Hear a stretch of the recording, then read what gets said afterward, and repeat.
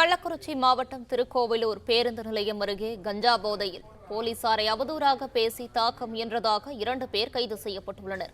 இதுகுறித்த கூடுதல் தகவல்களை தருகிறார் செய்தியாளர் சந்தோஷ். அவரிடம் கேட்கலாம். வணக்கம் சந்தோஷ், என்ன நடந்தது? மேலும் விவரங்களை பதிவு பண்ணலாம். வணக்கம் மேடம். அதாவது கள்ளக்குறிச்சி மாவட்டம் திருக்கோவிலூர் பேருந்து நிலையம் அருகே உள்ளது திருக்கோவிலூர் போக்குவரத்து காவல் நிலையம்.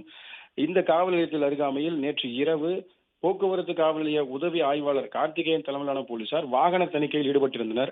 அப்போது ஒரே இருசக்கர வாகனத்தில் 3 பேர் வந்துள்ளனர். அவர்களை நிறுத்தி சோதனை செய்துள்ளனர். சோதனையின் போது அதில் 2 கஞ்சா போதையிலும் மது போதையிலும் இருந்து போலீசாருடன் ரகளையில் ஈடுபட்டுள்ளனர். இதனால் அவர்களது வாகனத்தை பறிமுதல் செய்ய போக்குவரத்து உதவி ஆய்வாளர் கார்த்திகேயன் முயற்சி செய்துள்ளார். இதனையடுத்து அதில் 2 வாகனத்தை எடுத்துக்கொண்டு அங்கிருந்து தப்பியுள்ளனர்.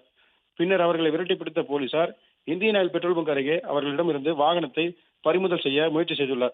இதில் ஆத்திரமடைந்த போதை ஆசாமிகள் 2 போலீசாரை தாக்க முயற்சி செய்துள்ளனர். இதனையடுத்து அவர்கள் 2 சக போலீசாரை வரவழைத்து வாகனத்தையும் பறிமுதல் செய்து அவர்களையும் பிடித்து சட்ட ஒழுங்கு போலீசாரிடம் ஒப்படைத்துள்ளனர். இந்த நிலையில் இவர்கள் 2 மீதும் இன்று அரசு ஊழியரை தாக்க முற்பட்டது, அவதூறாக பேசியது உள்ளிட்ட 6 பிரிவுகளின் கீழ் வழக்கு பதிவு செய்து சிபி என்கிற மாதேஷ் மற்றும் விக்னேஷ் ஆகிய 2 திருக்கோவிலூர் சட்ட ஒழுங்கு போலீசார் கைது செய்துள்ளனர்.